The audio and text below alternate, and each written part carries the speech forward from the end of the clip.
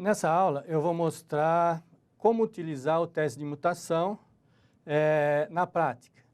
Existem diversas ferramentas que dão suporte para o teste de mutação. Eu vou mostrar para vocês a Proteus, uma ferramenta que dá suporte ao teste de mutação para a linguagem C. A ferramenta ela pode ser baixada desse site aqui. Tá?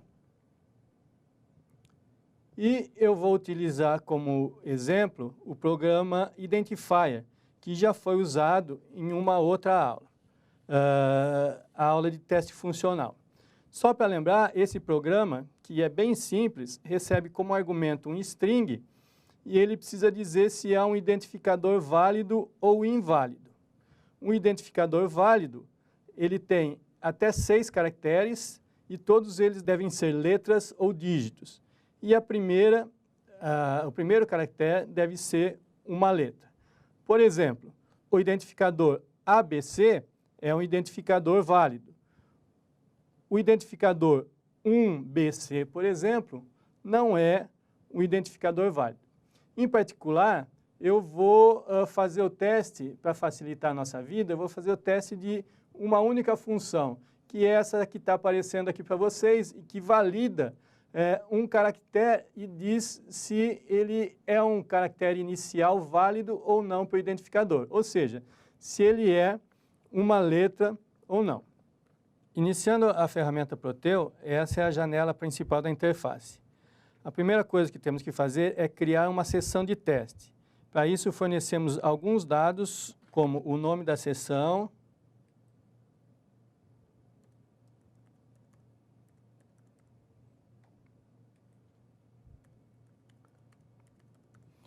o nome do programa-fonte, o nome do programa executável e como compilar o programa para criar o executável a partir do programa-fonte.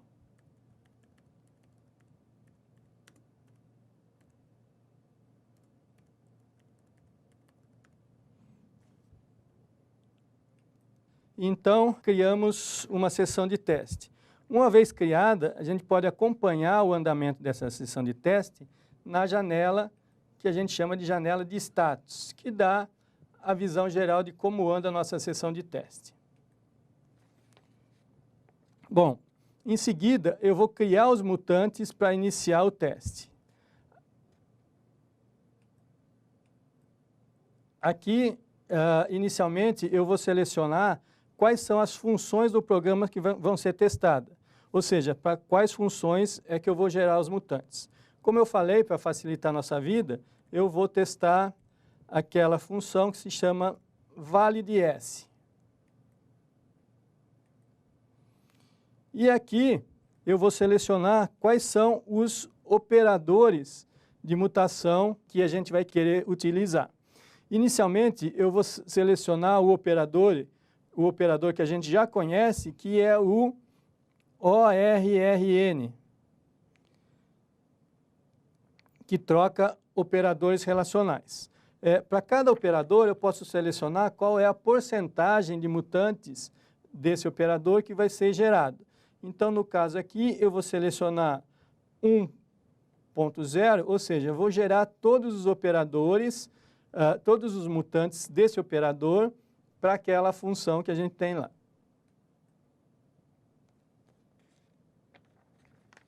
Bom, voltando aqui então, a gente vê que para aquela função e para aquele operador, a gente tem 20 mutantes gerados.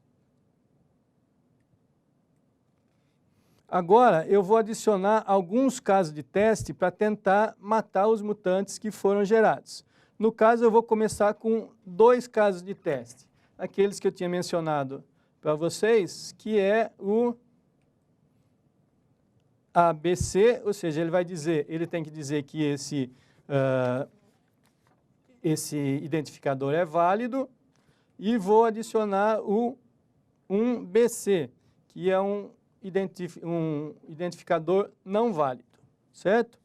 Se eu quiser olhar o que aconteceu nos casos de teste, eu posso navegar pelos casos de teste que foram foram adicionados. Então, esse daqui é o primeiro, o ABC. Vejam que ele deu um resultado válido. E o segundo, um BC, ele disse que é inválido, como a gente esperava que acontecesse. Aí eu passo para a execução dos mutantes. Ele executou rapidamente os mutantes com aqueles 2 casos de teste.